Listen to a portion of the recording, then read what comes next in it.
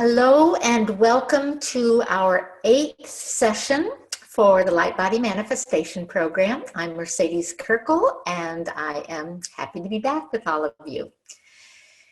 And our topic for this week, we're moving into a new phase. So we're completing this integration of our first 3 chakras with the heart, and we're moving into a completion meditation of that. And I call this meditation the Mother Earth, Father Sky, Divine Child meditation. Another name for it is the Holy Trinity meditation. So that's our topic for tonight. And just like we did the last week and have pretty much every session, I want to begin with our celebrations and mornings check-in.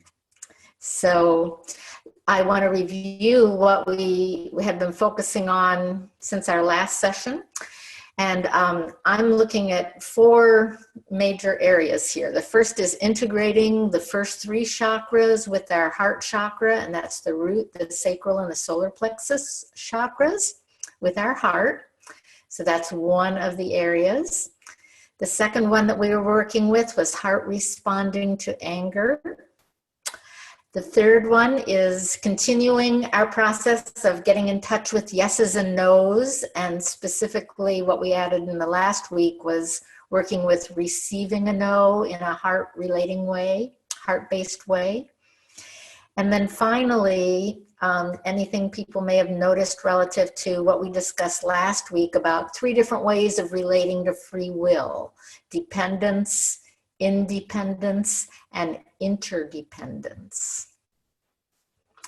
So hopefully that refreshes everybody with the topics that we were focusing on this last week.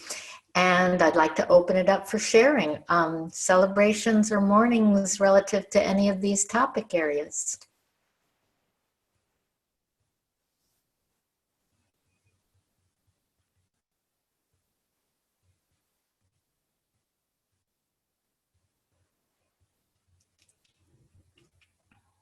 So, hi, this is Maria. I work a lot on the receiving the no.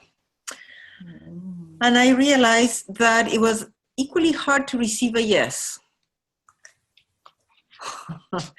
So the no really affected my inner divine quality of safety, but the yes touched my inner divine quality of security. So I felt insecure when I get a yes, am I going to be good enough? Am I going to be able to carry it on? And the no really was, am I, going to be able to survive, have enough money, things like that. So I saw that I was really in a bind. And the only way to get out of it was connecting more to the earth. That then I realized maybe is what you call also abundance.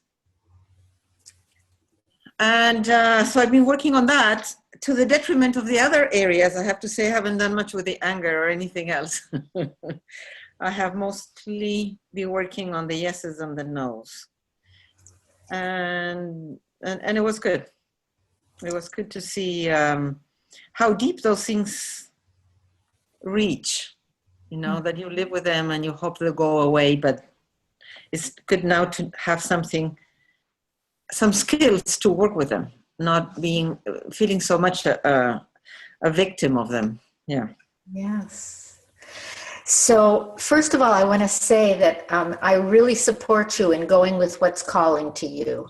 And if that's what's coming up, I would say don't be concerned about not working with the other things, because I trust that that's what's really important for you, and that's what's calling to you. So I completely support you in going with, what's arising and what you feel moved to, rather than, some idea of, I should be doing this because that's the assignment.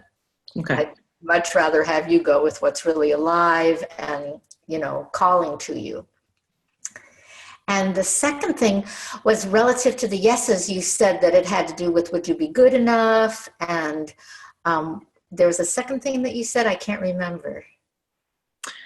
Was I going to be able to, because when I feel a yes, I feel an opportunity, but then I feel insecure, and all those things that you're not sure will happen come to the surface. Yeah. So I can say with the exercises from the last 2 or 3 months, I am better, but they are still there. I was surprised to see them there. So what I'd like to do is go to the inner divine qualities that feel like they might be met if you receive a yes. And with that first one, am I good enough? What would you say the inner divine qualities are that you're worried about might not be fulfilled? Well, it's mostly security, because I feel very insecure about performing or security, living. Yeah. And maybe acceptance. Huh. I didn't think of that one. Yeah. Does that resonate for you?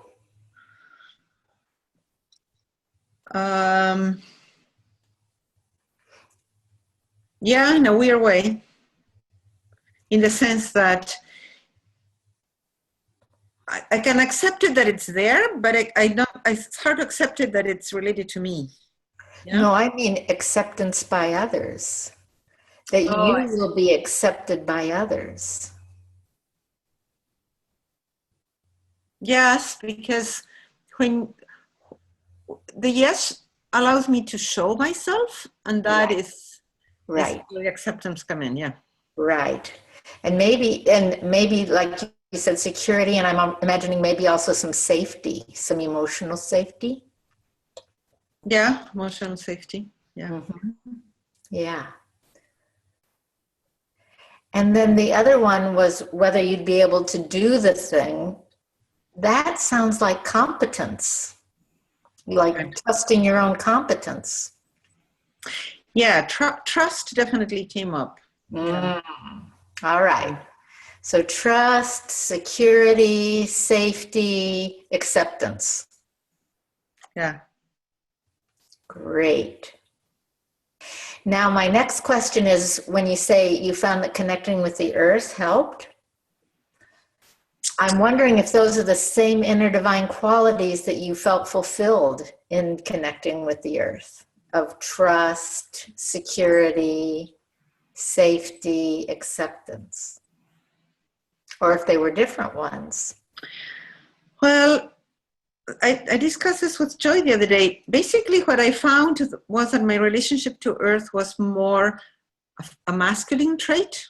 I have great admiration for the Earth and great respect, but not necessarily great love or feel loved by the Earth. Mm-hmm. Yeah, it was very interesting. So in not feeling that love, that sense of love, I'm guessing that there's some inner divine qualities that aren't fulfilled for you there in your relationship to the earth. It's probably the trust. Uh-huh. Yeah. Trust. So I see a similarity there. Okay. And connecting to the earth is very much of a first chakra issue. Mm-hmm. And trust is very much about first chakra. Okay. So I see this all relating to you strengthening that first chakra connection. Yeah, because I feel comfortable connecting to the earth if it's just a connection. But when I want to use my power, then I need to connect to the earth in a different way. And that's when it doesn't come up. Say more about that. I'd like to understand better. So let's say I go on a walk, or I, sit next to the tree, or I want to have a good time, then I feel surrounded by the earth and I feel comfortable. Yeah.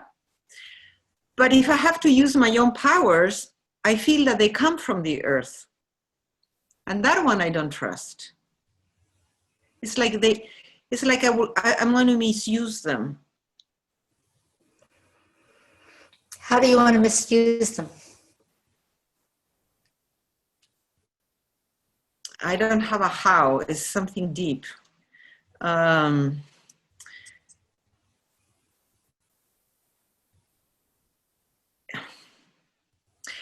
It's going back to what you said two sessions ago, that none of us said that the power was connected to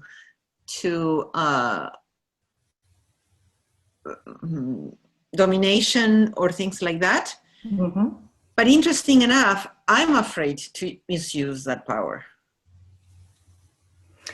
This sounds to me like it could be a past life overlay. Okay. Because what I'm hearing is that a part of yourself that I would guess is a masculine part of yourself is afraid of misusing the feminine. Okay. And the reason I guess past life overlay is because, first of all, it sounds very much like what I encounter when I do Akashic record readings with people. And I'm guessing it might be a time when you actually were in a masculine form, and that came up for you, and you're still karmically processing and working that out and healing that. Okay. And that there's perhaps fear there of going into something, repeating something that you don't want to repeat. Okay. So what I'd like to ask you is, if that's the case, if using power is bringing up some fear of misusing the feminine in some way, or relating to the feminine in some way that you don't want to, what inner divine qualities are not being fulfilled by that possibility of relating to the feminine in that way? I would say nurturing and warmth, Mm-hmm. and respecting others. Mm-hmm. Respecting the feminine. Respecting the feminine. Okay. Maybe even protecting the feminine.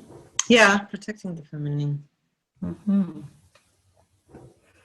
However, I was able to do a nice exercise, but I think I'm taking too much time.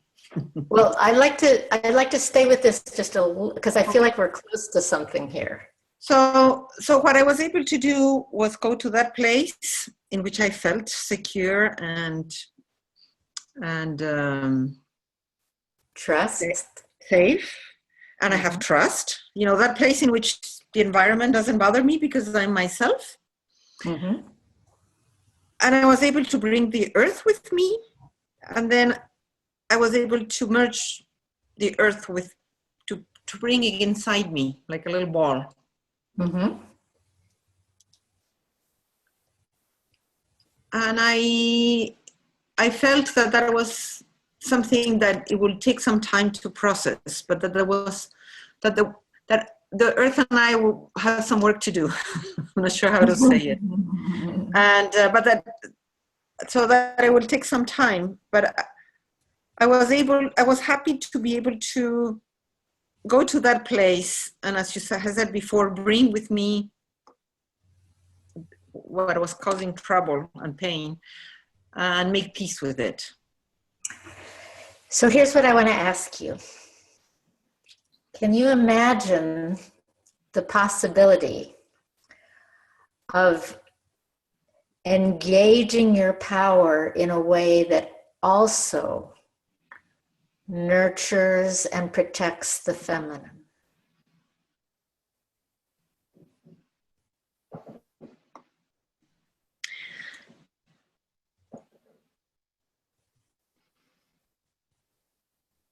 No.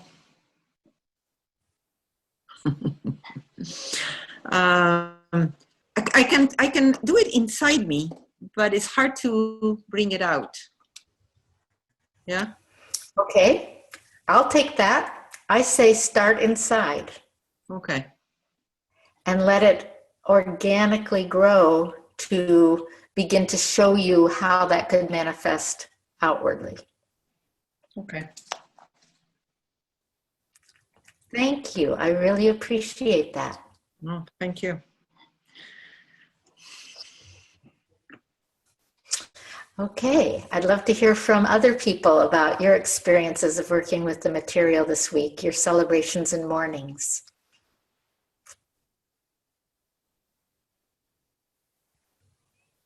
I'll go. I just am having trouble with this chakra. It's interesting because I felt so connected to the other ones. And so while I was connecting to it this week, I just there was a lot of old beliefs that came up around the masculine and that domination and power thing. So can you tell us some of those beliefs? Yeah, I wrote them down. So it was this feeling like I need the permission of the masculine. I mean, I can see that came from growing up when I was little with my father. Mm-hmm. So that was a big one. And then, but then it's almost because I feel that way, I don't want anything to do with the masculine. I'm just, if that makes sense. And then other. And that's the dependent, independent. Right? Absolutely. Yeah. Yes. And then it was also this, and this has been a repeating pattern in my life too, of men, or from my perception, feeling like men think they know what I need more than I know what I need. And so again, it's that dependent, independent, well, then I'm just not even gonna.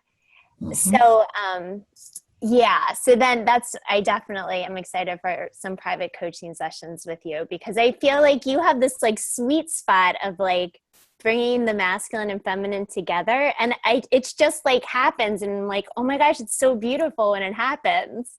Mine are very far apart right now.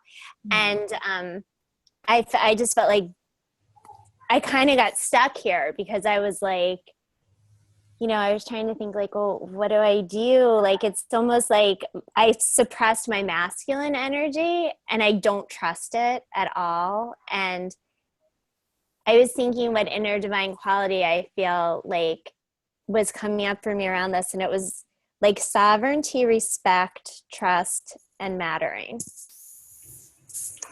So this is huge. This is so big, because this is where we, as feminine parts of ourselves, have been wounded. And when we were just working with the root chakra and the sacral chakra, we were in the feminine. And when we're just in the feminine, most of us feel fine, and then in our ordinary life, most of the time, we're just in the masculine and we feel fine. But then we get into the third chakra and integrating that with the first two. And this is the first stage of integrating the masculine and feminine. And this is huge. Okay. And this is, when Mary Magdalene is very clear, this is the gateway to the fourth dimension. Oh, yes. Masculine and feminine. Yeah. And, as an idea, it can be, oh, yeah, of course, no problem, whatever. But when we get into it, oh my gosh. Oh my gosh, I know. It's interesting because that was my, I have, even in my room, I made a sign that said, it's about integrating the masculine and the feminine, just because, and I've been looking at it all year, and I've been, trying to logically do it with my mind, and I realize that's not where you do it. It can be a start. Okay. It can be a contribution. Yeah. Yeah, so thank you so much. And I just really want to acknowledge that for everyone, that this introduction of the solar plexus and integrating it with the first two is a really, really big step. And we're doing huge work in this. And it made sense, because then I realized before how I was I just forget about that chakra and I go right to my heart, when I move my energy, and I'm so it makes sense why I just skip that over, because it's just very not integrated. So. And most people skip one or the other. They either skip the first two and just start with the third as though that's the first. That's even more common. Or just do the first two in the heart, whatever. But it's that separation for those same reasons, is that it's so challenging how to do this, and it brings up so much pain. I know, it makes me sad. I feel sad about it. I feel sad for the way I've treated my inner masculine too. It just makes me sad. I felt sad a lot this week.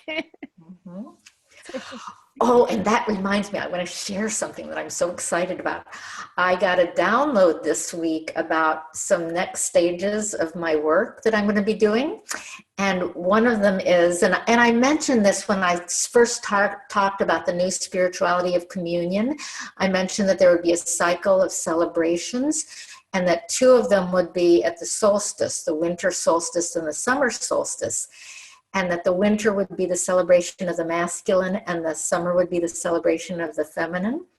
And I'm ready to do it. I'm so excited. I'm going to start with this, and it'll probably be over New Year's. I'm going to do a weekend retreat that's going to be loving the masculine. And all different ways for our feminine to love the masculine, for the masculine to be loved and receive love, and for, and again, coming together of the masculine and feminine, but the focus on loving the masculine. And but you can sign me up. I am so excited about this. And then the feminine one will be the reverse of loving the feminine and celebrating that. And then I'm going to do, for the equinoxes, the spring equinox is going to be the sacred sexuality retreat of uniting the masculine and feminine. And then the equinox is going to be the Magdalene Heart Path in France retreat. So I'm so excited about this. And we'll probably start this New Year's with the masculine, which I think is a great place to start, because I think this is the cutting edge. I think that so many of us who are the pioneers in this spiritual work have realized that the feminine needed to be strengthened, the feminine needed to come to the fore, and we've done a lot of work with that. And I think the next step is now for that strong feminine to love the masculine into the masculine's higher state of being. And I'm just really jazzed about it. So thank you for letting me share that. Okay, are you complete? I'm good, thank you. And I just want to say I'm so excited about that, because I feel that's the next step too. And I've been noticing this week, which is interesting, is how I've been seeing the women that I work with in the dating world, how they treat the masculine. And it makes me so sad. I'm like, these poor men, like they have feelings and they have like, I'm like, what? They're like, he didn't order my tea right. And I'm like, oh my gosh, this poor man, So it's been really interesting, because it's like moving me to have so much compassion for this part of me that I before didn't trust. So I love that you're doing that work. Thank you. Right. It's like our feminine has gone through these stages of dependence, and then that strengthening has, for so many of us, led us to independence.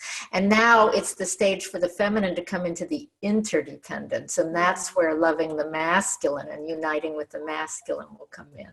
I love it. Thank you. Yeah, you're welcome. Okay, other people want to share.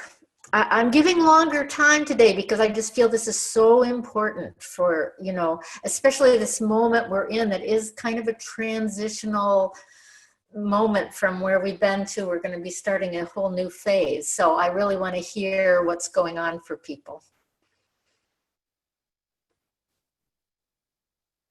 Well, I just want to thank both Maria and Michelle, because the sharing has helped me kind of realize where I've been, because I couldn't really put it in words when we first started.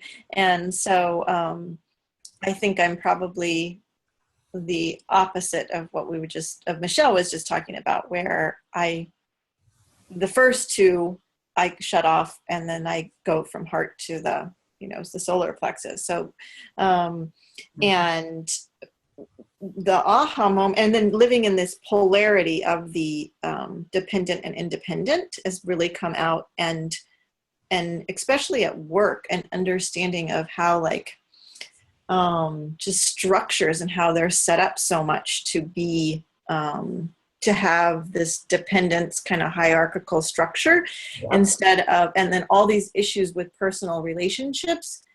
And so I've been very aware. I think that's this piece I've worked on most this week, and just being really aware of the interdependence and the coherence of where we're at. What's interesting today is I was overhearing two women in the office, and they were talking about how they don't know how to say no. And I still wanted to like share things. It wasn't the right time or anything, you know, appropriate. But I just thought, oh, nobody knows how to say no, or not a lot of people. Just this work that we've been doing on being able to say no, and then. But the other big thing I had was that there's my little boy Liam, who I've mentioned before to you guys, my little boy Liam, who has Down syndrome, who's so sensitive. And he has been so angry this week. But I think it's because I have been so angry. I really that just really hit me hard, because I've been living, like, it's almost like those first two, where the 2 weeks prior, when I was really working in those lower chakras, I was like cuddling and loving. It was this very feminine energy, and he is just screaming, "Mama, Mama," and he's mad. And it's been a really rough week. And I really think it has to do with all of this. Because you weren't so much in the feminine lower two chakra energies. Mm-hmm.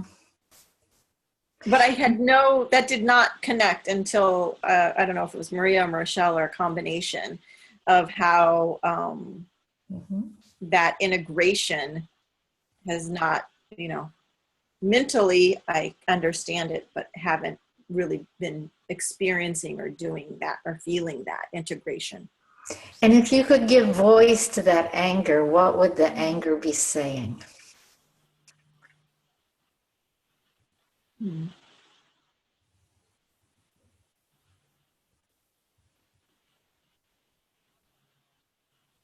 It's kind of like I don't even want to go there. I don't know if that. And what is there?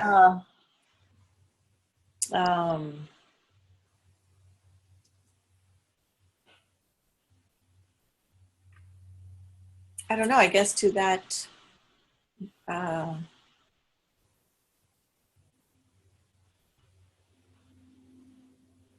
like it just seems so difficult, the connection of it all. Connecting the solar plexus with the first two? Yeah. Mm. And what part of you is saying that? Like, is there a location in your body? Can you feel where it's coming from? I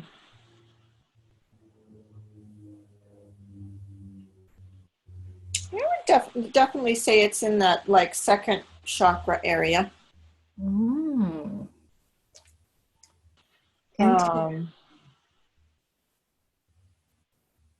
Yeah.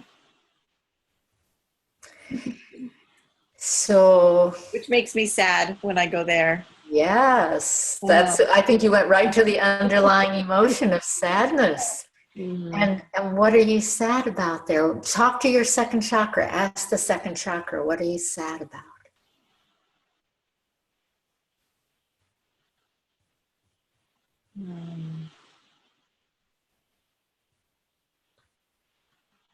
The first thing that just comes to me is just like not being cared for. So second chakra, are you longing for care? Mm-hmm. Anything else? Yeah,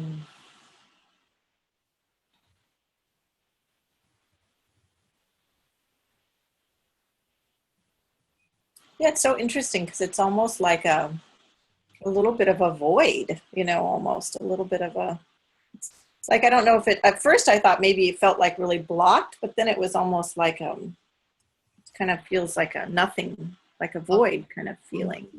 Have you gone away from your second chakra? Have you vacated it? Mm-hmm. Would you like to come back? I would, even though it seems scary. So what can you do to make it safe for yourself to come back?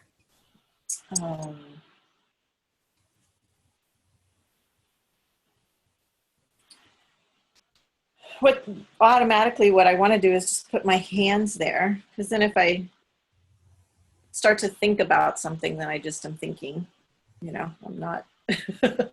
So just even like being in touch. So let it communicate. Ask it what would it need for safety. Ask it, your second chakra. See, there's so much wisdom that we hold right in every one of our energy centers.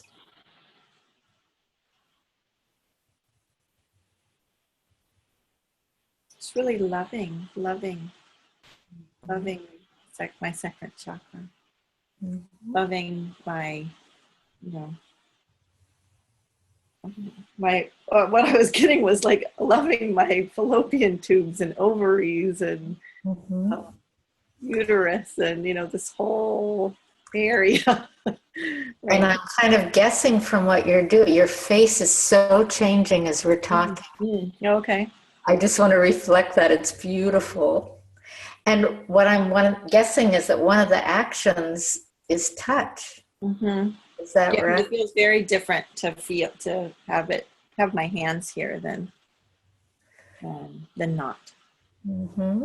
What would it be if you sort of played around, maybe during the next week, played around with throughout your day, touching your second chakra area as much as you're able?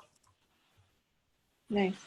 How does that feel? It feels really good. I just thought of something when I tried to get pregnant with Liam 8 years ago. I would do this. It was simple. It was this Mayan abdominal massage that I would put my hands here and do this little. It would take maybe 5 minutes, but that's what it reminded me of right now. Like maybe getting back into that self-care of that practice. Yeah. Anything else that would feel good to you as actions in life that could support this kind of love of your second chakra? Well, the other thing is just actually maybe saying like how much I love my second chakra while I'm doing that. So the voice with the touch. Oh, that feels so good. How does that feel to you? It feels good. Great. All right. Thank you. Oh, well thank done. It's so amazing how I didn't make all those connections, and it wouldn't have been for the conversations before. I don't, so that I even would have gotten there, because I was like, I have nothing. This is a part of our interdependence. Right. We all support each other. We're so connected. Thank you. Thank you. Who else would like to share about what's coming up for them this week and in working with the material, celebrations and mornings? This is Joy. Hello. Hey, I have a sort of an observation around the respecting free will, and because this was a big one for me with my recent relationship. But one of the things that actually, maybe I already said this, but I'll just say it again, that actually helped me with this was the appropriate, when you're a child or if you're caring for a child or disabled adult. And it was interesting that I was talking to someone who's kind of associated with my, I don't know what to call them anymore. My friend, how about that? My friend. And he was saying that my friend is catastrophically disabled. And so, and he's, in a place to know. And so it actually helped me because I think that we were in a pretty dependent, codependent relationship, but I think that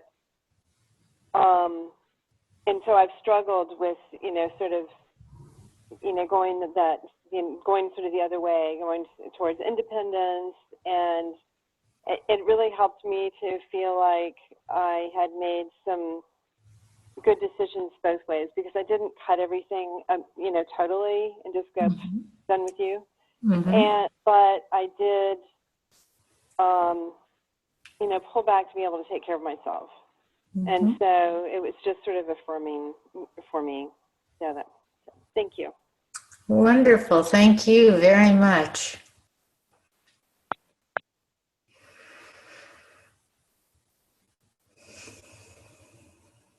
Anyone else? Yeah, I also have a celebration to share. All right. When I can connect to my third chakra, it also brings a lot of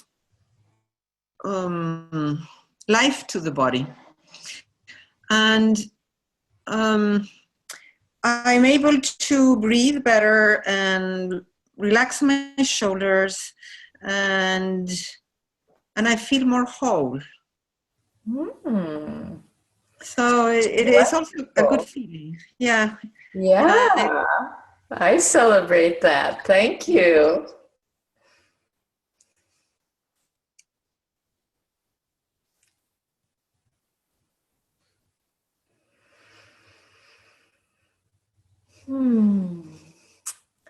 Rajendra, I think I see you trying to communicate and I am not hearing you, which I'm frustrated about. I really want to hear you. Joy, do you have any suggestions for her about how she can connect on the phone?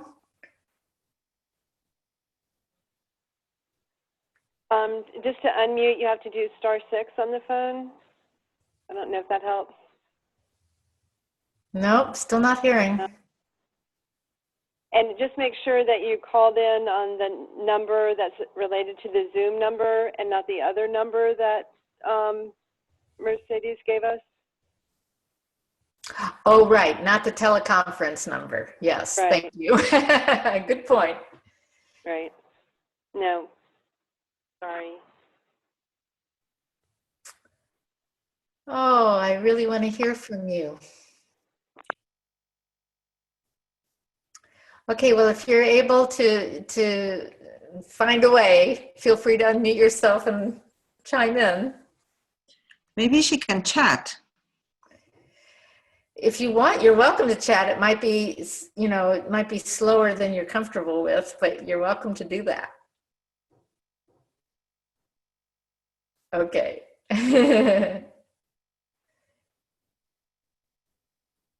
And anyone else? Ava, did you want to share anything? Hi. Yes, I do. And I Just a minute, Ava. I'm having a hard time hearing you. Can you turn your volume up? Yeah.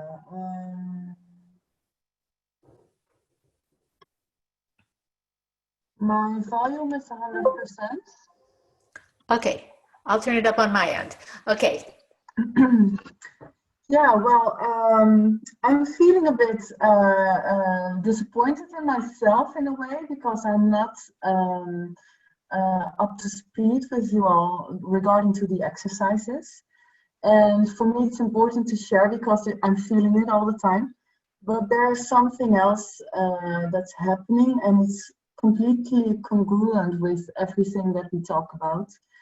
And that is that from the first session on, I'm having kind of a backwards remembrance of past lifetimes.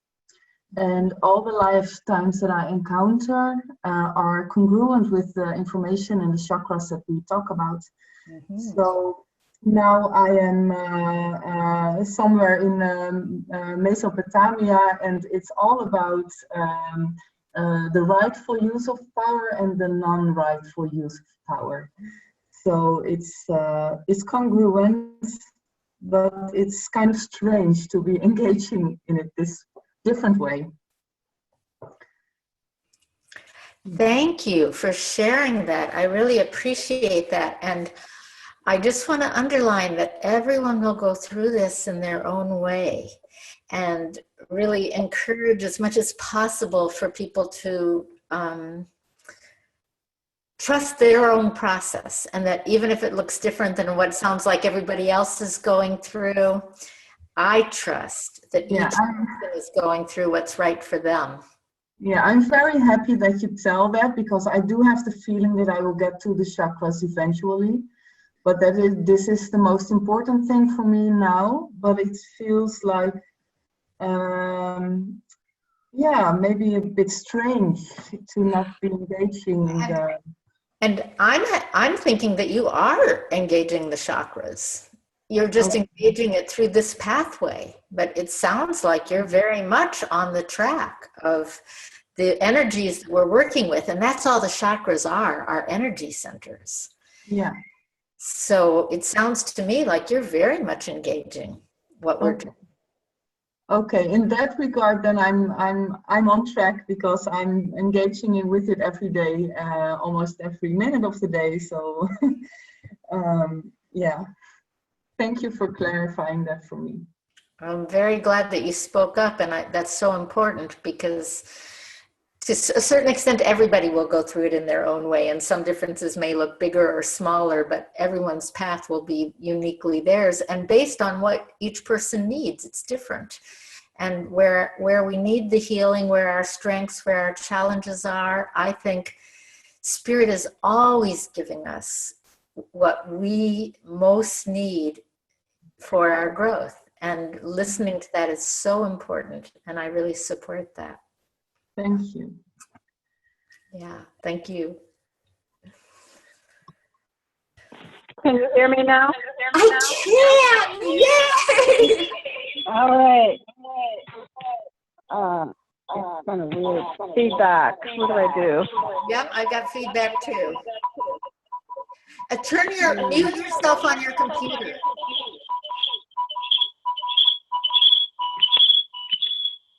Can you mute your computer? Yes, the computer's muted.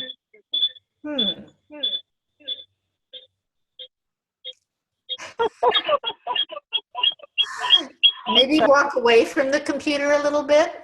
It just stopped. Whatever you did, it just stopped. Can you hear me? Yes. Yes, but you have quite an echo going. Can you still hear me? Yes. Rajendra, would you be willing to turn your computer off and just be on phone?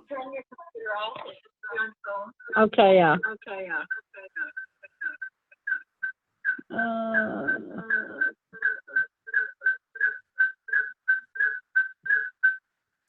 Okay, how's that? Perfect. All right. Yay for persistence. Thank you so much. And yay for connection. God bless. That was hard. See, I'm at my mother's, and I have my work computer, and God, I didn't know it didn't have a microphone, or I couldn't figure out how to turn it on. Well, this is working, and I'm really glad. Okay. So when we were working, when I was working with the third chakra, initially I was feeling it had to do with the inner divine quality of discernment, because I was struggling with the yeses and nos. So discernment is the word that came up, and I don't know if that's an inner divine quality, but it kind of seemed like it should be if it's not. I would call it related to awareness. Okay, there we go. So that was coming up, and then starting to feel the first chakra really with security and safety and connection to the earth, and then the next chakra feeling like having to do with love. So it was starting to feel like they were kind of merging together for me a little bit. Little one. And the first two chakras were merging together? Yes, with the third chakra. Oh, good. Yeah, and then so it was kind of hard to say, okay, this is definitely the quality of one versus this is the quality of the other. And hold on, do you want to come in here? You want to take it out? Thank you. You want her to be there if she comes in? She wants to be in. I'm talking right now. So anyway, I forgot what I was saying. It's About been really that hard. merging, and it's been challenging to see where one was coming Yeah, from. right. Where if it's the third chakra, or it's kind of like it's all kind of merging together a little bit. I I don't know see if that's that as a good. that sounds like integration to me. Well, I hope so. Yeah. And I don't, yeah, I would just let yourself go with that. Okay. Yeah, and not be concerned that, you're not be able to tell, oh, is this coming from which chakra where? If you need to, I trust that you'll feel it. You'll feel Okay. a particular chakra. And if you don't need to, then it's not a problem. Okay. But it All right. sounds Thank you. like you're in a phase where there's more integration happening and, connection between the chakras. And I think that's a really positive thing. I hope. I'm struggling though, being around my major trigger, and anyway, it's okay. So what's coming up? Just really angry and irritable, and not able to have patience. Mm-hmm. I'm just being triggered all over the place. Mm-hmm. I'm hearing some sadness. Is that right? Yeah. Yeah, really, really sad, because I thought I had a more, I don't know, self-control. Let's go into that sadness, can we? Okay, if it works with the class, it's all right.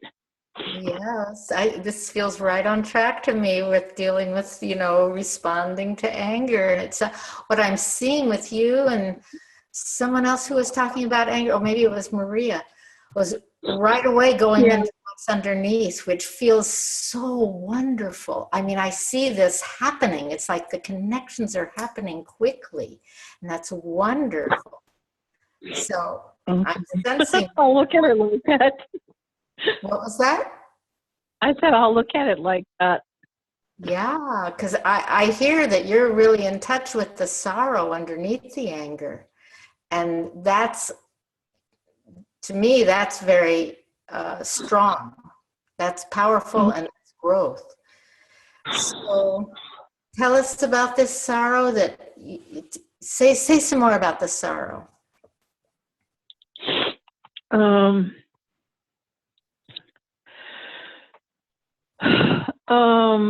Just trying to deal with my situation here with my mother, and just trying to be in a more loving place, and just not being able to be there. Just keep getting triggered in the anger, and it's just intense. So the sorrow is you're not able to stay connected to love in relationship with your mother. Right. And yeah. you really, really would like that, to be able to stay coming from love. I would. Yeah. So there's warning there. Yeah. How much you want to be able to stay connected to that place. Yeah. And I thought I was able to do it, and then I came here and I'm having a lot of trouble. So your mother's providing some extra illumination for you of some challenges. Yeah, I'll say.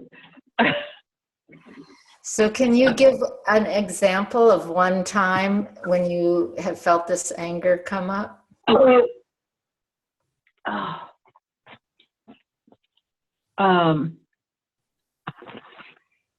she'll ask me to do something, and then before I can even answer, she'll ask me 3 more questions.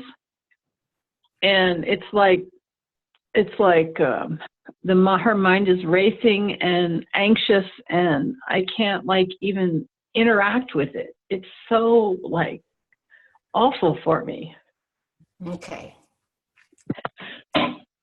I can't like even, you know, I think I'm trying to be like, this is a patient I'm taking care of, and I can't even like make a connection. Okay. So let's identify the judgments. What Okay. are the judgments there?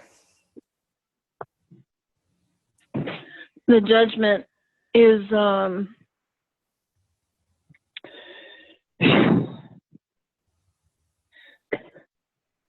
like, what's wrong with me?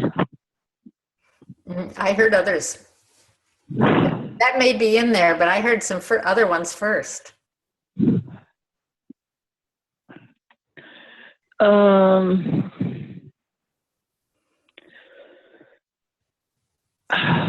Can anyone help her? Did you hear? Can anyone else help her with the judgments that you heard?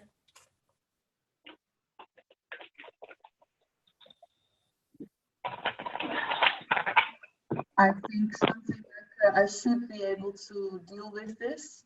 I should be able to deal with this. I should be able to respond normal, not to be triggered. I should be able to respond lovingly. I shouldn't be triggered. Mm-hmm. What else?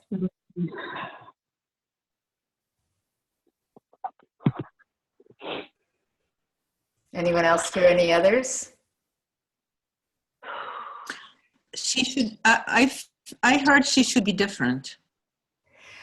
She should be different. Maybe that was sort of indirectly in there, but I heard some very direct ones.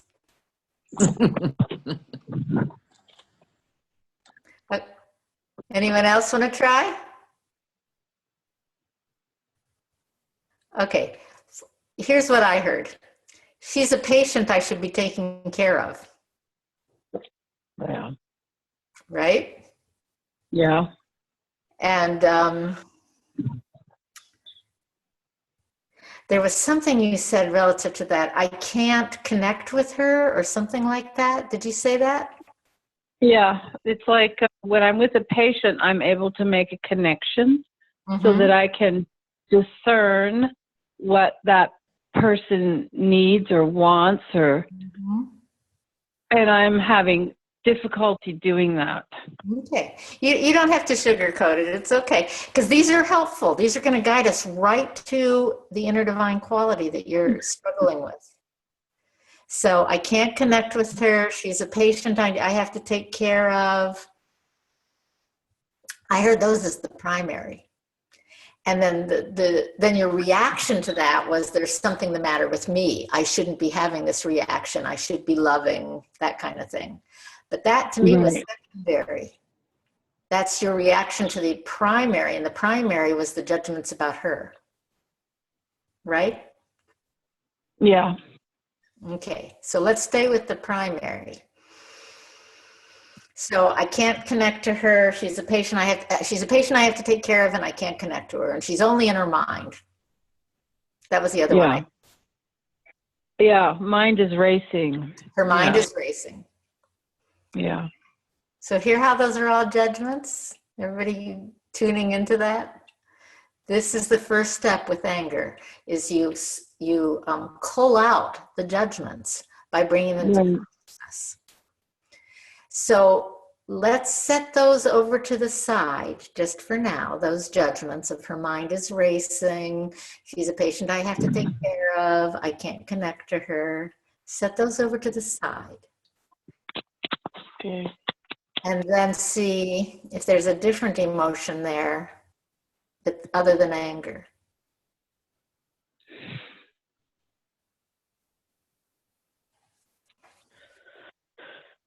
Sadness.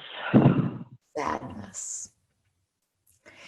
And what inner divine qualities is that sadness pointing to that aren't being fulfilled by the way your mother is asking you these questions? Just acceptance. Just acceptance. Acceptance of who or what? Of just of me. Just I'm.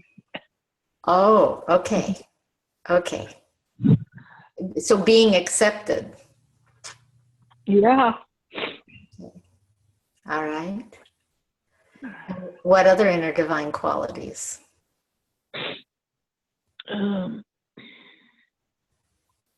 Respect. Say more about the respect. Respect for who or what? Respect for you? Yeah. Okay. Acceptance and respect for you. Great. And I'm guessing connection with your mother. Yeah. That's the polar opposite of I can't connect, and also probably her mind is racing. Yeah. Is that you want connection. Right. That's what you're sad about, not having the connection that you so want with her. Along with acceptance and respect for you. Yes. Yeah.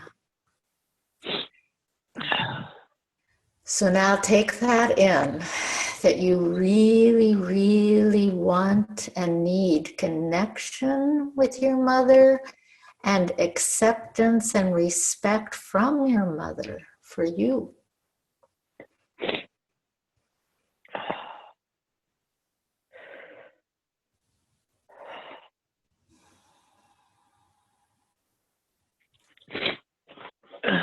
I do. I think about it.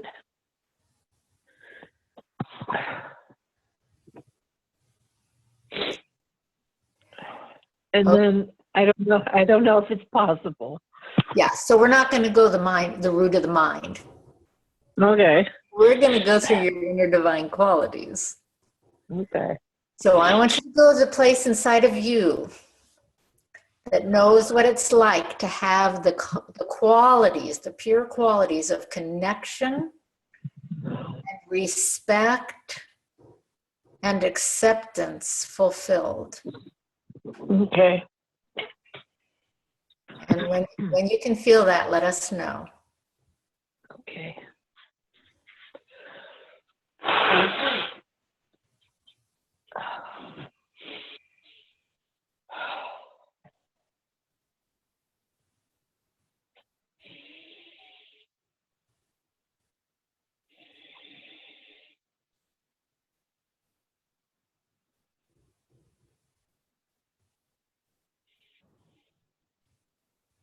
Okay. Great. And what do you experience when you connect with those? Just calm, peace. Great. And some inner relaxation. Great. Okay, so now I want you to stay as connected to that place as you can. And now bring back in this example with your mother of asking you to do something in this particular way, followed up by asking for 3 more things. And see if you can stay connected to both.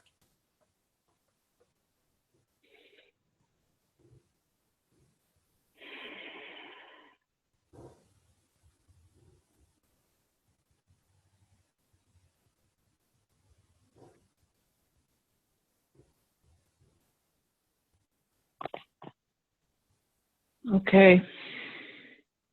So what do you experience when you do that? That I stay calm. Beautiful.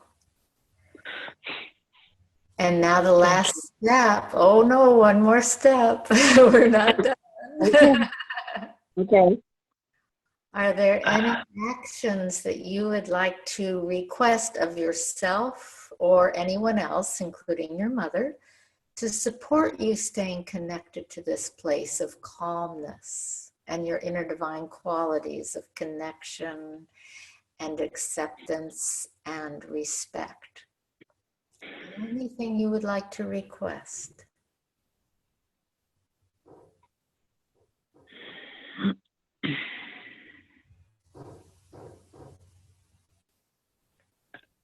You mean in my mind or in for real? For real. Oh, yeah. To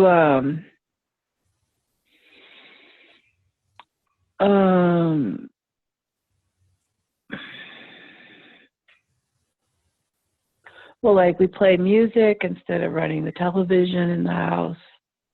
Mm-hmm.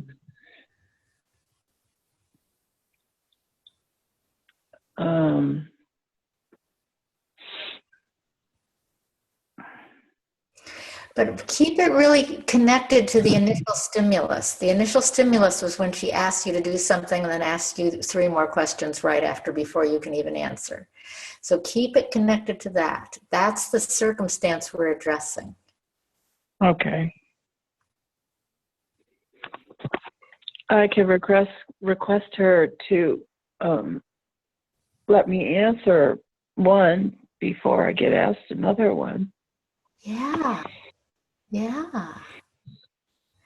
And you could even tell her that I really value being connected to you.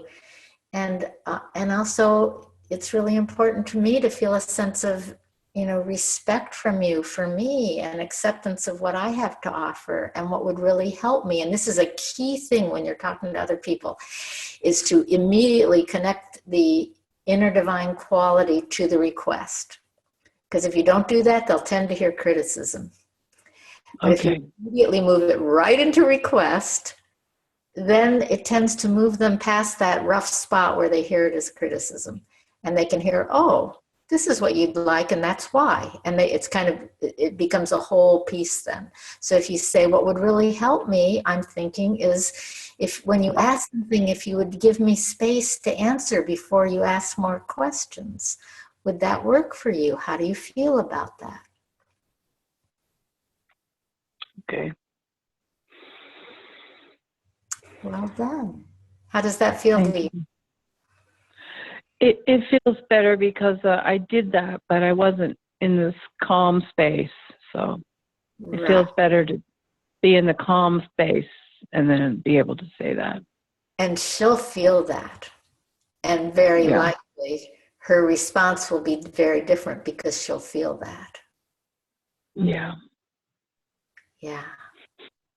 Thank you. Thank you. So you can see this process of working with anger, it's really the same process that we're always doing in this Magdalene Heart Path, but we've added one more step. The first step is culling out the judgments and then getting to the feeling underneath the anger. But from there, it's the exact same steps that we're always doing. And the judgments can help us get to the inner divine qualities, just like your judgment, she's not connected, was a direct pointer to you were longing for connection. Right. Yeah. Thank you very much. Thank you very much. You're welcome. So I just really appreciate everybody's sharing, and I appreciate the depth of work that I feel everyone doing and level of engagement with this material. I am so grateful. And also I am so confident about this growth and foundation that's being laid for where we're going with this. And I'm really excited about that this is exactly what is going to lead to the next steps in this opening of our process through our energy body.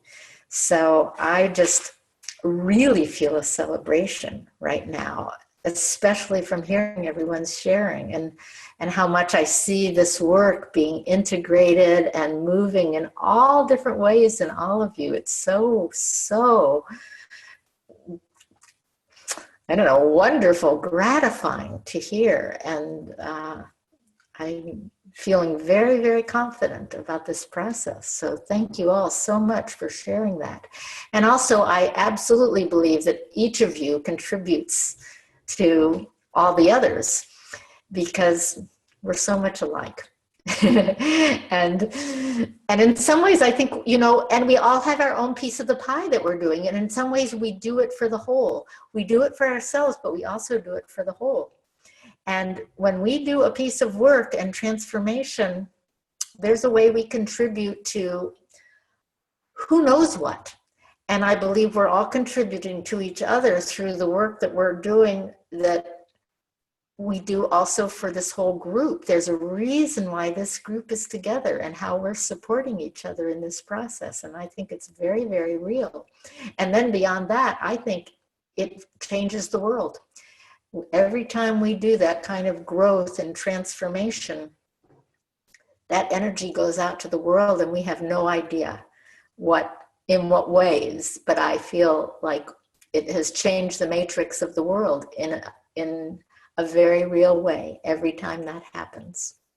So thank you all for doing your work so strongly and so with so much care and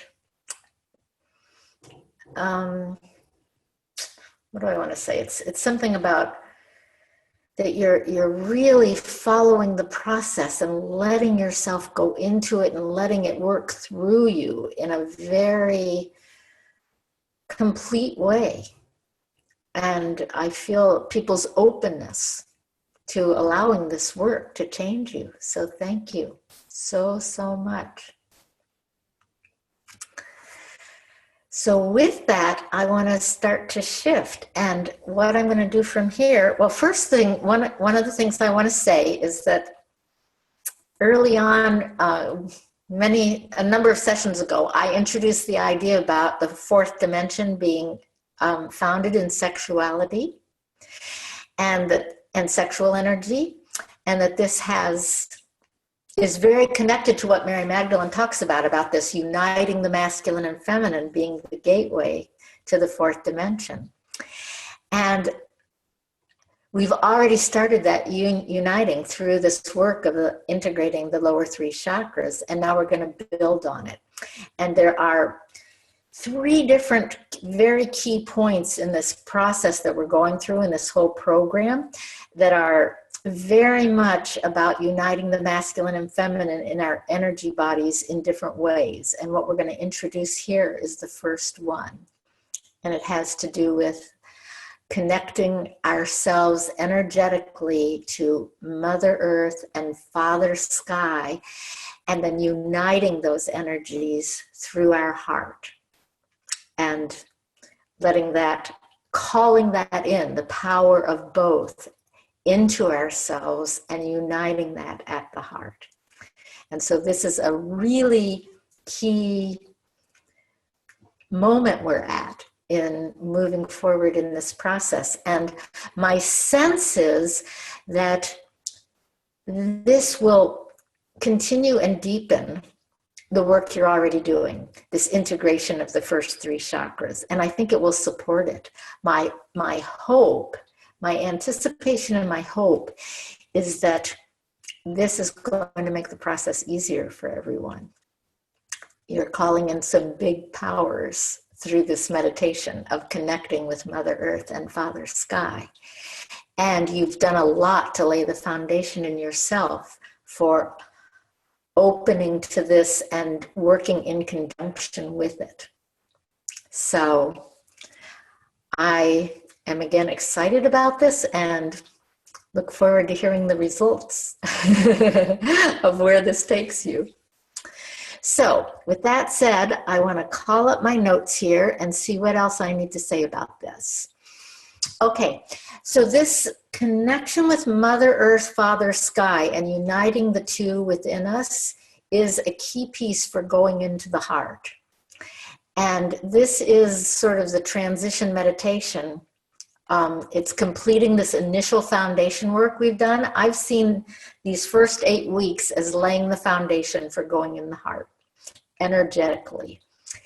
And this is sort of like the completion, graduation of that.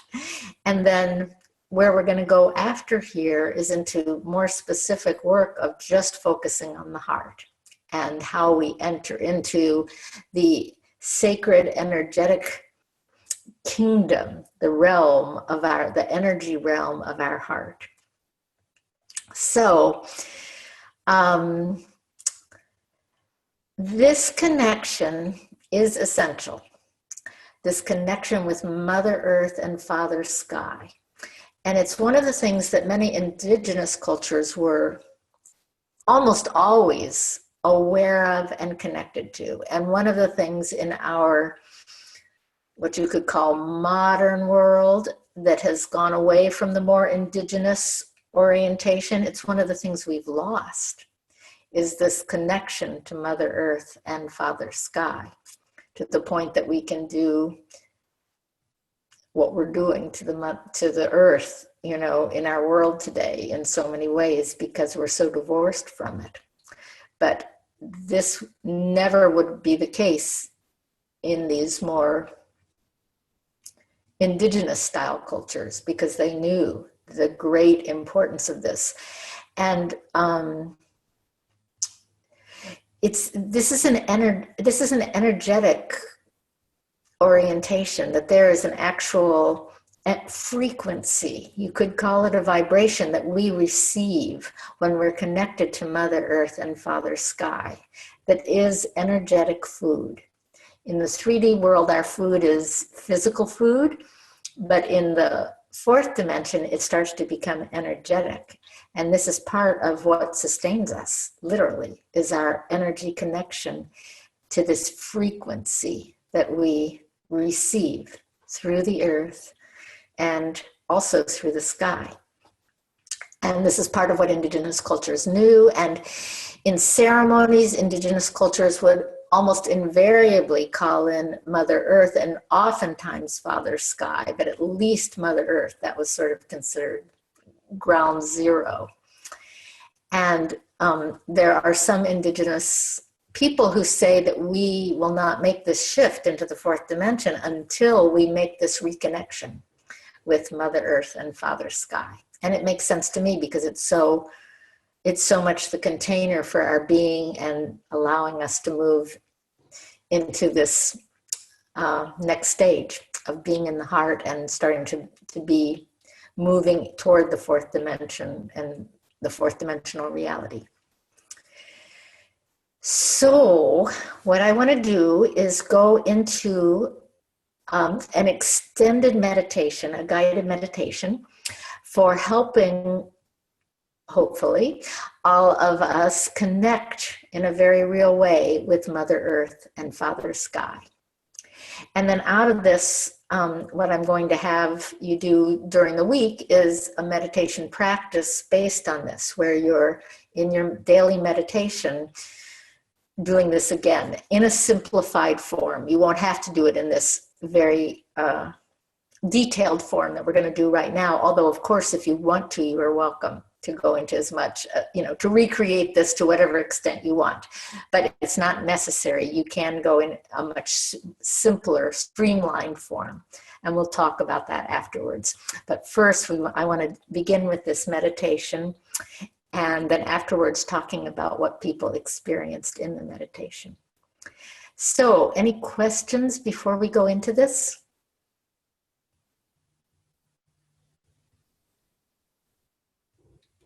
Okay, so what I want to invite people to do, and to take a few moments to make this transition, I want you to get in a space that's a supportive space for you to meditate in. So where your back is comfortably straight, and whatever you want to do to prepare, and then we'll go into it. So let's take just a moment, and you can get in your meditation asana, connected however you want, and then we'll go into this.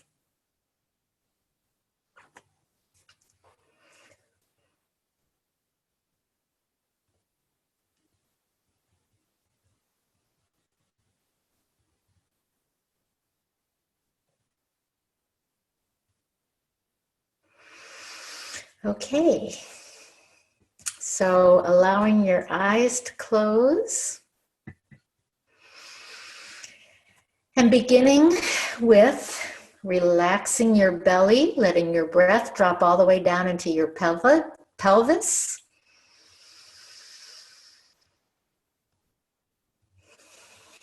Relaxing your shoulders, allowing your chest and heart region to open.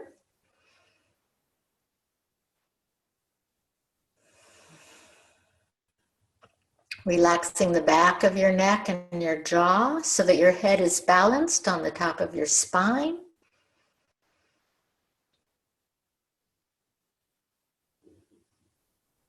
And relaxing all the muscles of your legs, especially the large muscles at the tops of your legs. So there's a feeling of connection between the soles of your feet and the crown of your head.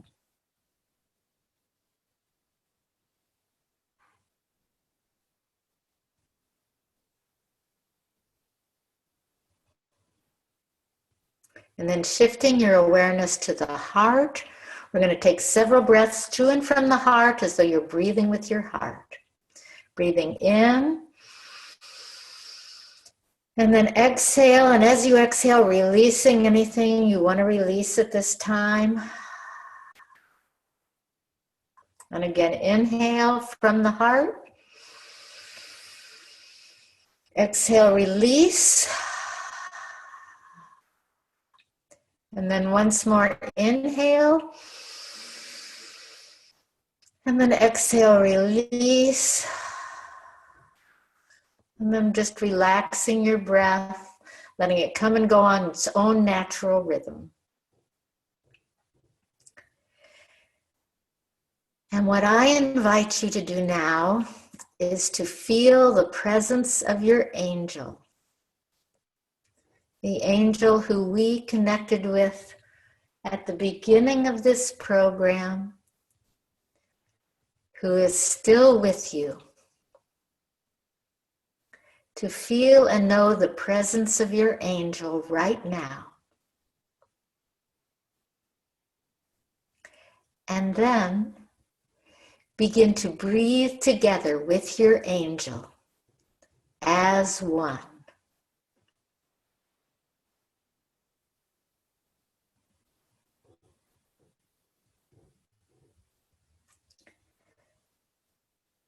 Notice your breathing and let it become rhythmic.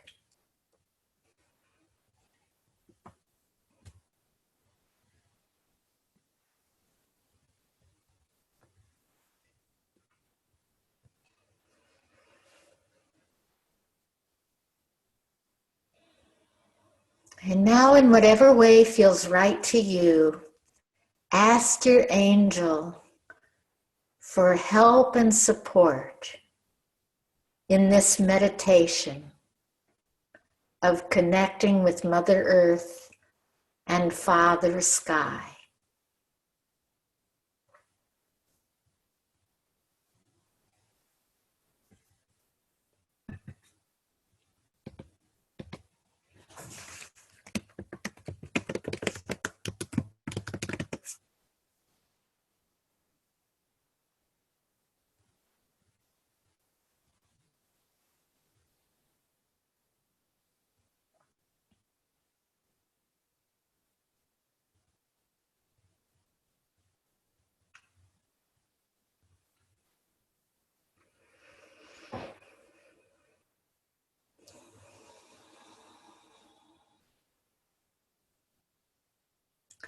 And when you're ready,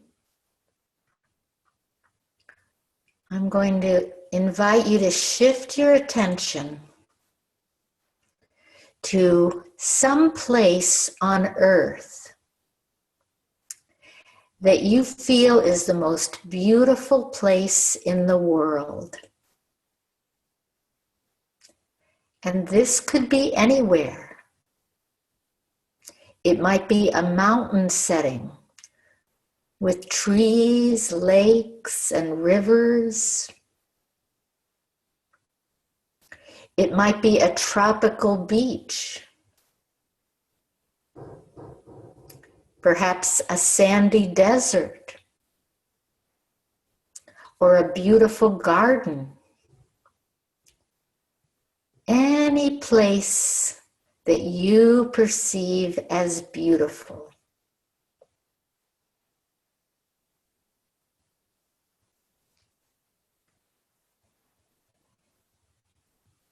And then I want you to imagine yourself being in this place. And then filling in as much detail about the environment as you can.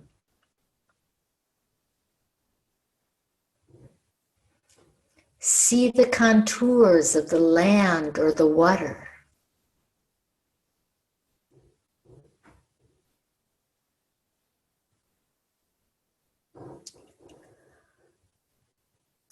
Look at the shapes and colors of the clouds.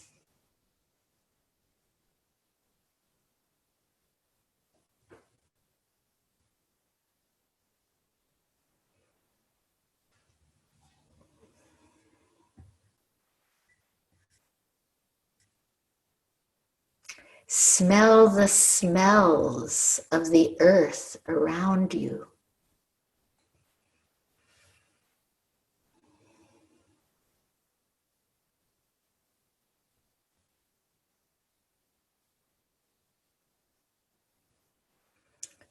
See and feel the trees or plants moving with the wind.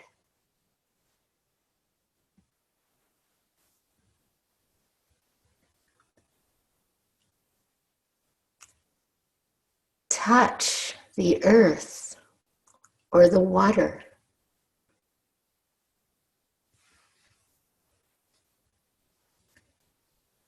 Feel the sensations on your skin of the earth, plants, air, water.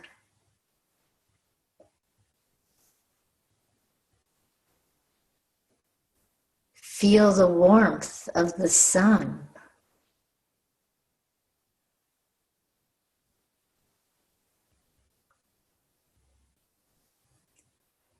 See the animals that are there.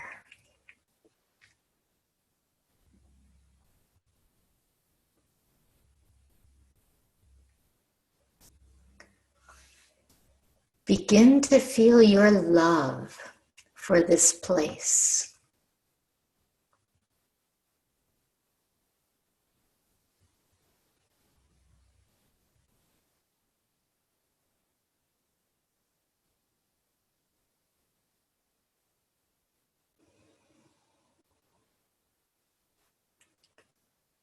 Through this place and your love that you feel for it, feel your love for all of nature.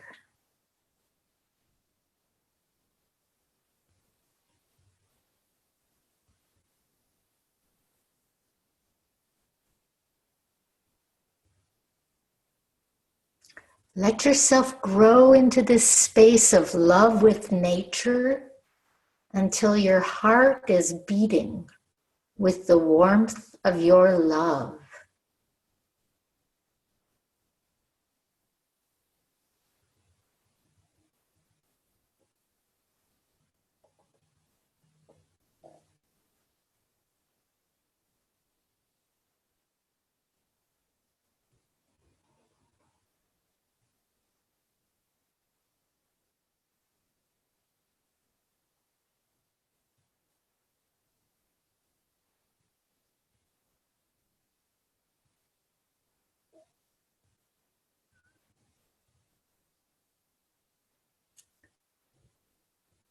When the time feels right, send your love to the very center of the earth. Use your intention so that Mother Earth can directly feel the love you have for her.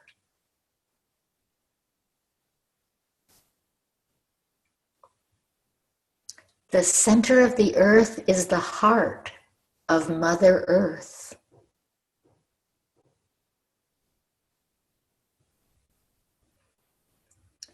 Send love from your heart to Mother Earth's heart.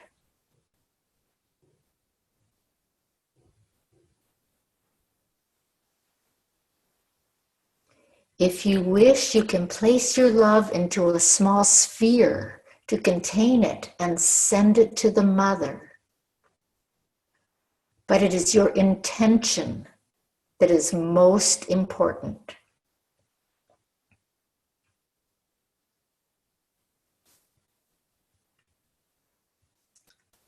Once you have sent your love to Mother Earth, then wait as a child.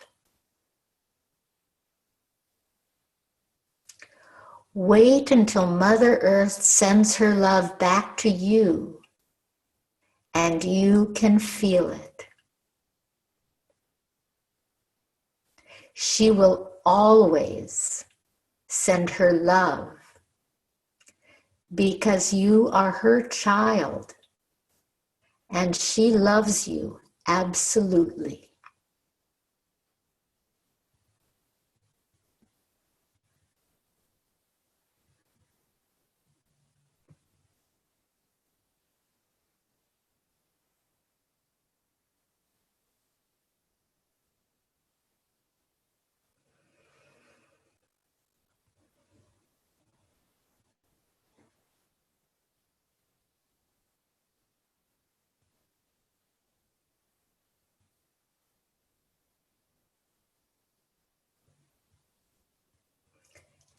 As your mother's love enters your body, open completely,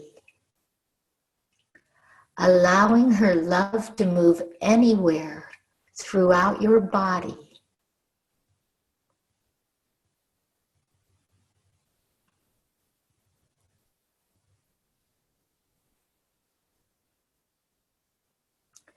Let your mother's love enter all of your cells.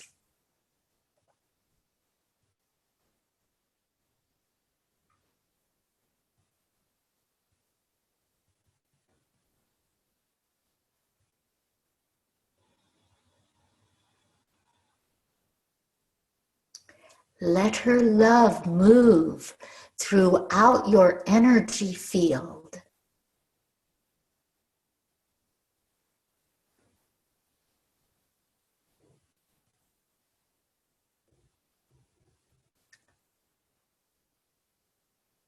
Let her love move wherever it wishes to move.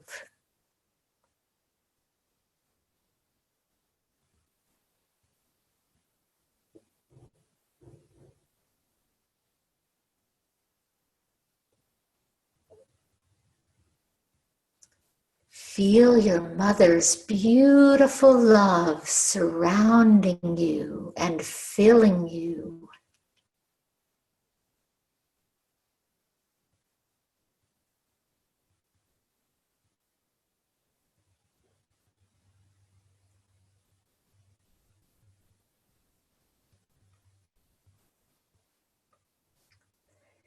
Remain in this union with Mother Earth until it feels complete.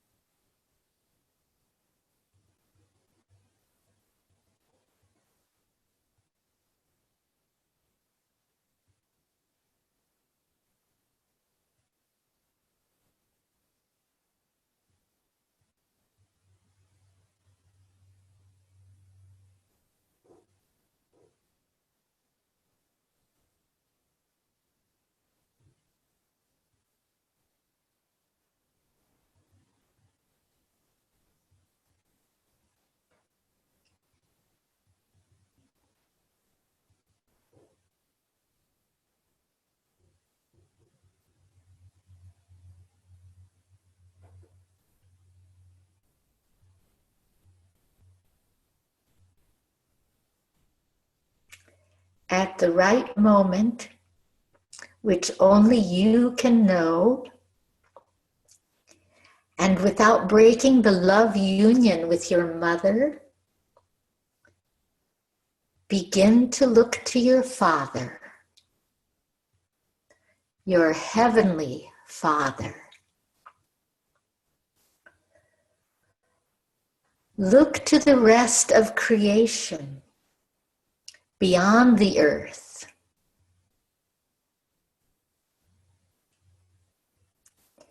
Imagine yourself sitting outdoors at nighttime and gazing up into the night sky.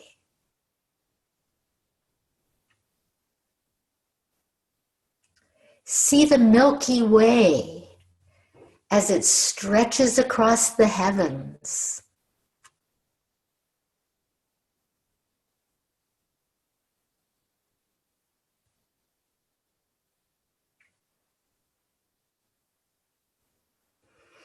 See the sky filled with shimmering stars.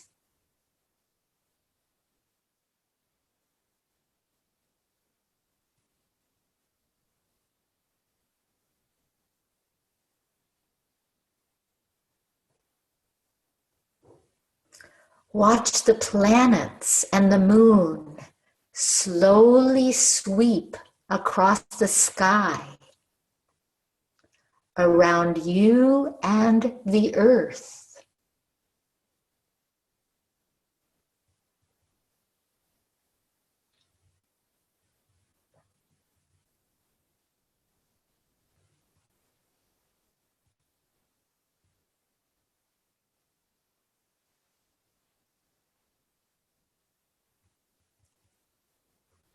Feel the sun hidden beneath the earth.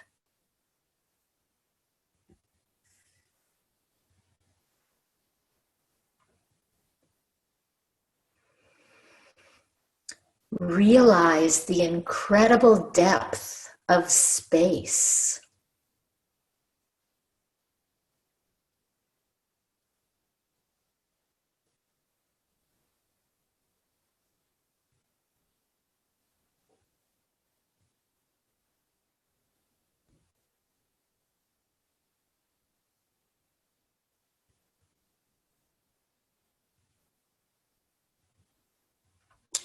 Feel your love for Father Sky. Father Sky is the spirit of all of creation that's beyond Mother Earth. Feel your love for Father Sky.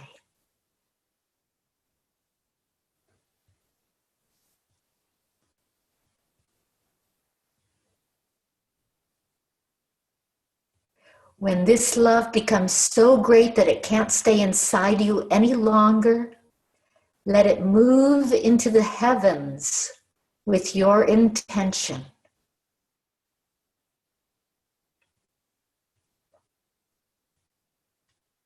If you wish, you can send your love into the heavens inside a small sphere.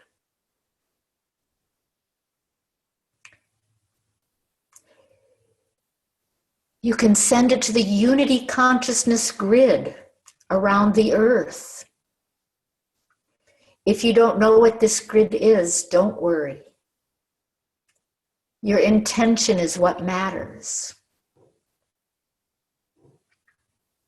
Or you can send your love to the sun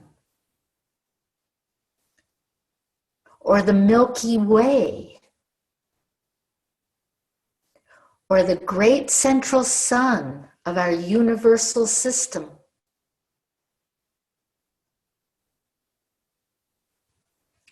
Pick whatever form of Father Sky is strongest for you, because they're all connected to all the other suns or stars, and eventually to all life everywhere.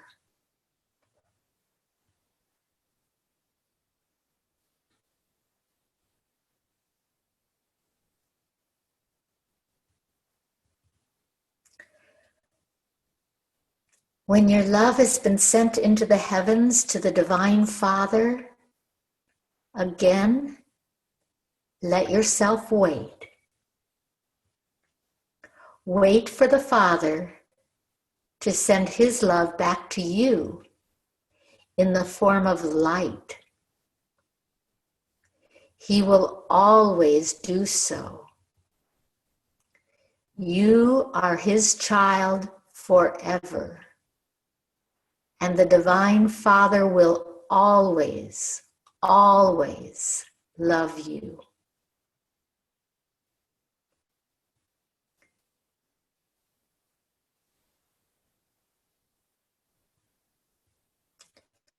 When you feel the light of the Divine Father enter your being, let it move anywhere it wants to. It is your Father's light, and it is pure.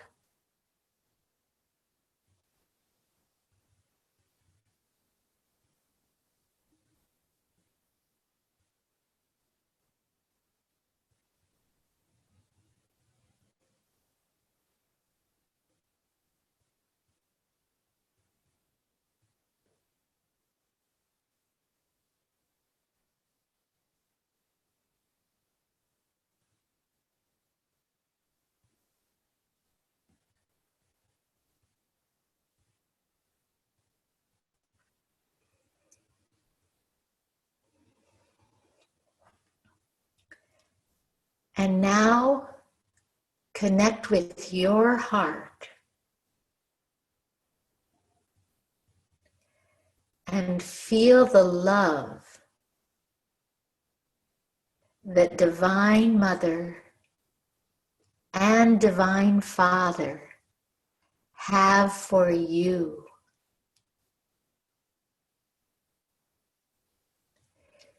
Feel them shining their love upon your heart.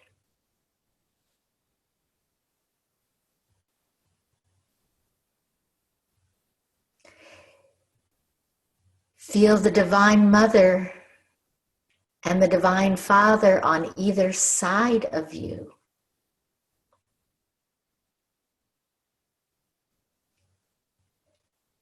Feel their love for you and feel your love for them.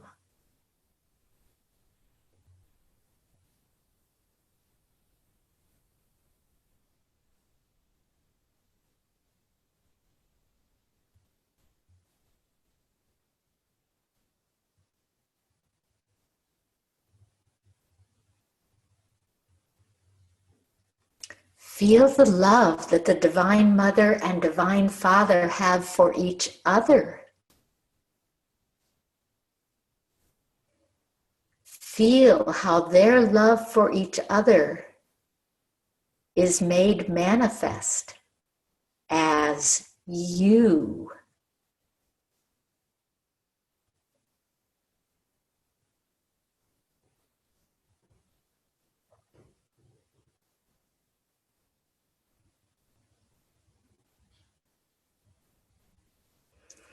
At this moment, the Holy Trinity is alive on earth.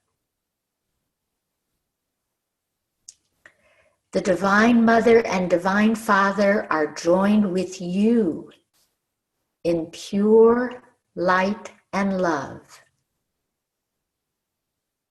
And you, the Divine Child, complete the triangle.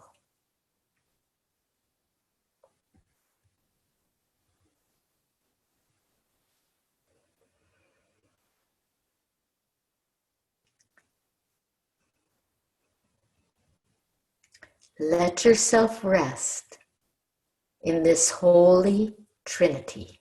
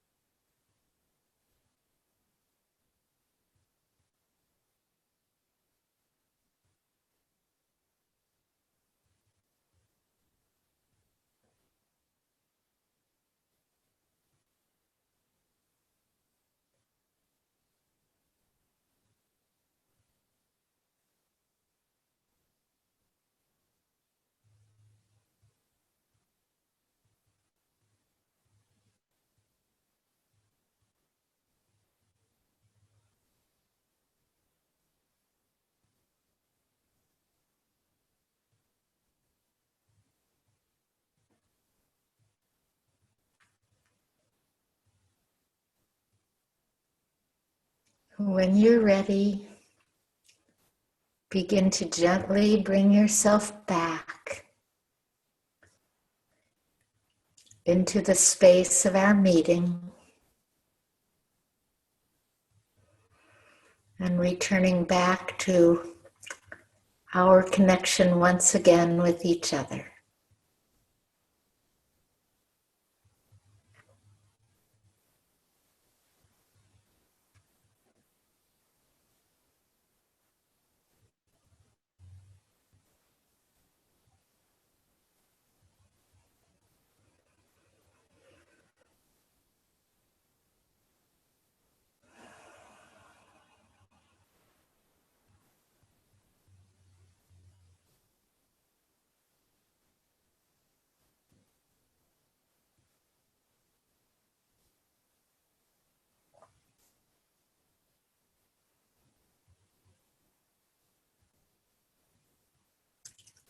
So I would love to hear what that was like for people, if anyone would be open to sharing their experience.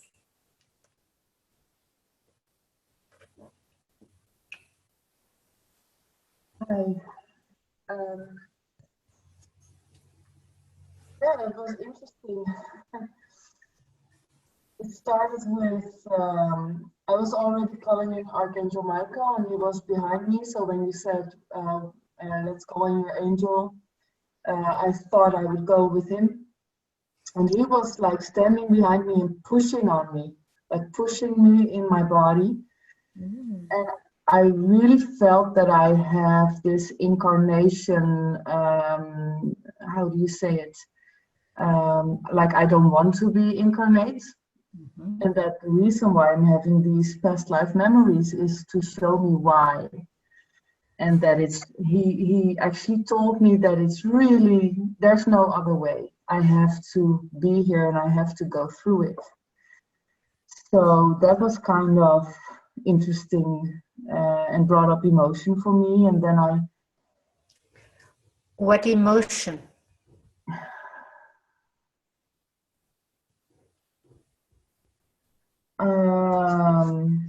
Maybe it's not just an emotion.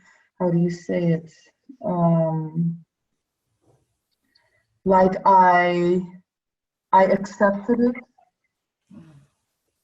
that I have to go, and then I was connecting to the earth, but it was difficult to find a beautiful place. And then I found the garden of a friend that I know. And I thought this is the perfect place. So I went into this garden and it felt very safe. And then I thought, oh, this is like feeling safe. And this is like unfamiliar. To me, this place feels like really, really unsafe. But the garden felt really safe. So there I've experienced safety. And then when you said connect to Mother Earth, I just kind of fell into the earth, or I was like merging with the earth. And it felt like I was having kind of flashes of violence and things that I didn't want, but I went through that and I fell into her and I felt she was cradling me. And she was helping me to overcome my fears. And so that was, at the end I didn't even want to go to Father Sky. I just wanted to stay there because it was really safe and really nice. So that was important for me. And then after that, it developed naturally in a beautiful way as well. But this was the most important thing. Thank you so much. And as you continue to do this on your own, you certainly can allow more time if you feel for, the Mother Earth part, if that feels important. And at the right time, that will open to, a shift of opening to Father Sky. But if it feels like that's calling to you more, I support you in going there. Thank you. Anyone else want to share what they experienced?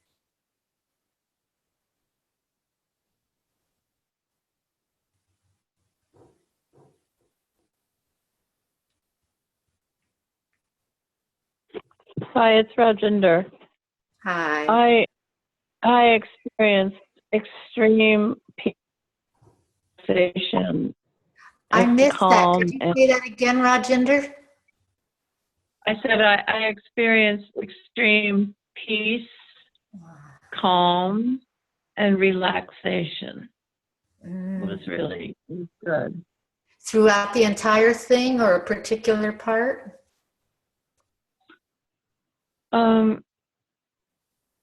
Pretty much through the Mother Earth part was a little easier than the Father Sky, but I couldn't do the I didn't like the planet so much. It's just like visualizing the bright blue sky. That works a little easier. Yes. And when you do this on your own, what I suggest is picking out the parts of, particularly for the Father Sky part, pick out the part that resonates for you and focus on that. And you don't have to do all the parts. Pick out the part that feels real. So the idea was that those were different suggestions that you could see what resonates. And you know, the suggestions I'm making are, there were 4 suggestions. One was the consciousness grid around the earth. One was the sun in relationship to our earth. One was the Milky Way galaxy. And one was the great central sun of our universal system. And if you have a different one that resonates for you, maybe there's a particular star that you feel a real connection with, or, you know, whatever part of what's beyond Mother Earth that really, you know, speaks to you, that's what I encourage you to go with. Okay. So is that helpful? Yes. Thank you. Great. You're very, very welcome.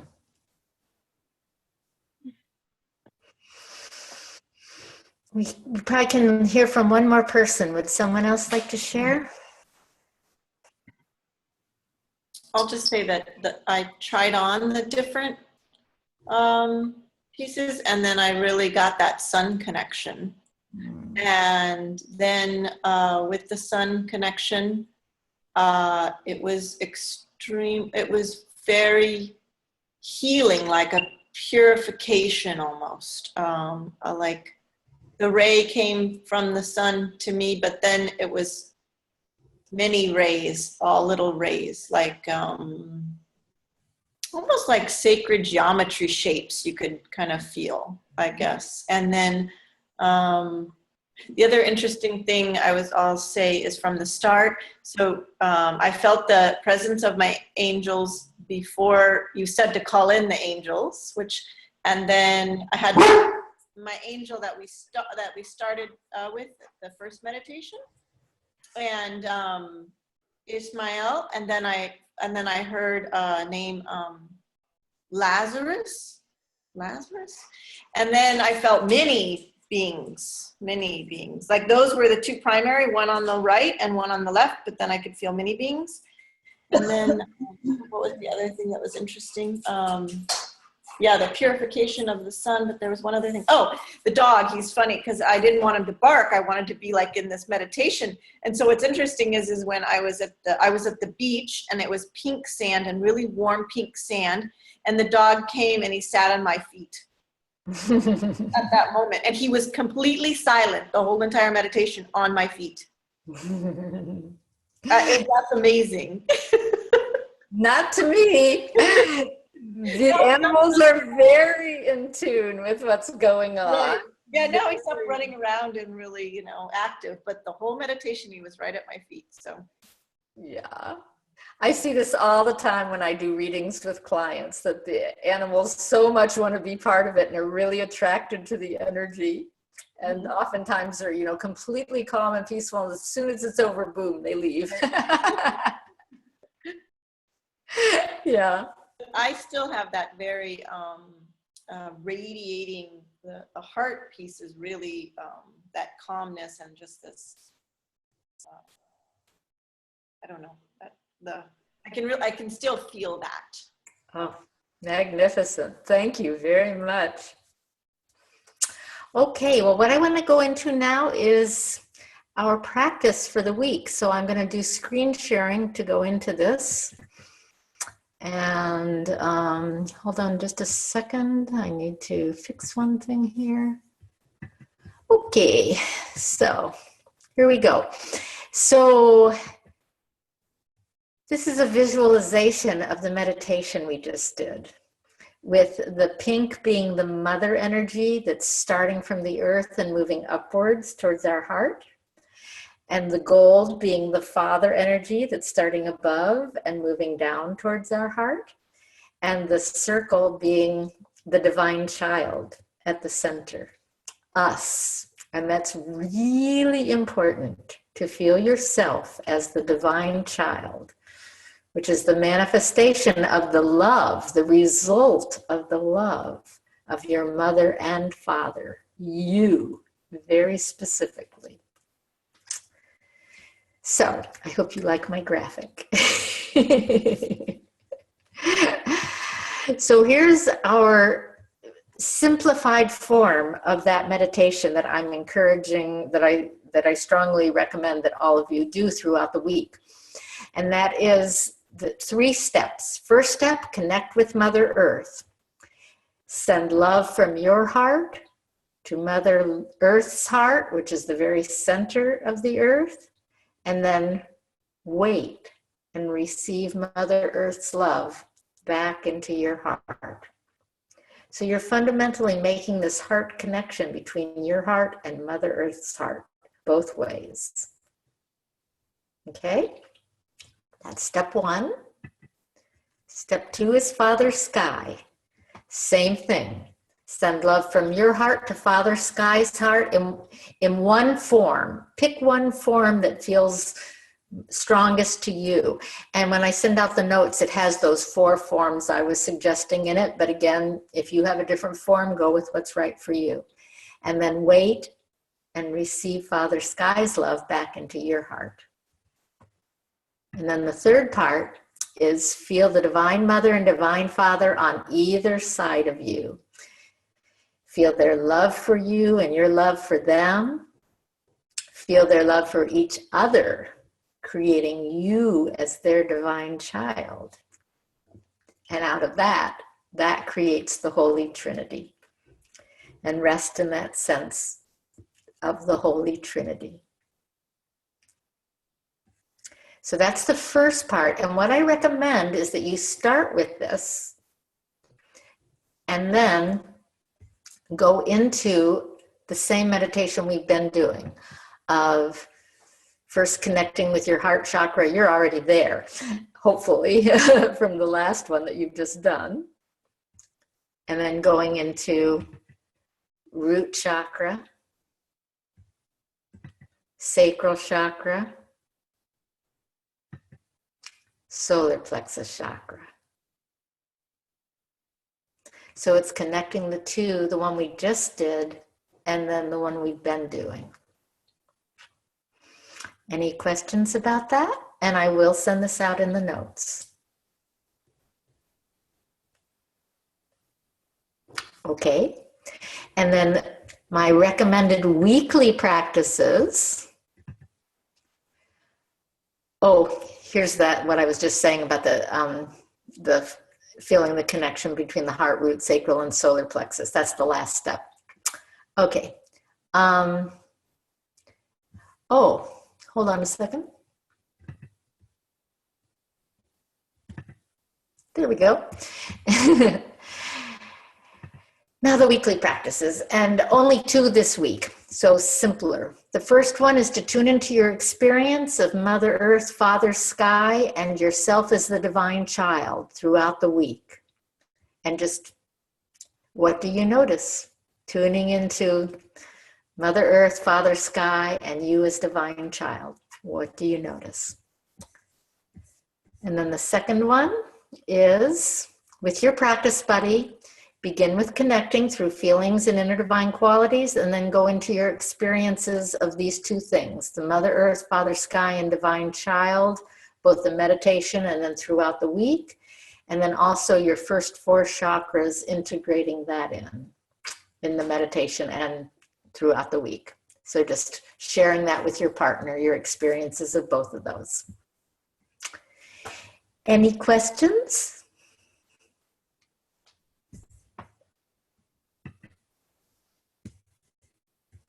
Okay. Well, we're almost on time here. And I invite all of you to unmute yourself and to share a goodbye. And I look forward to next week and hearing the report of what happens this week with your meditation. Thank you.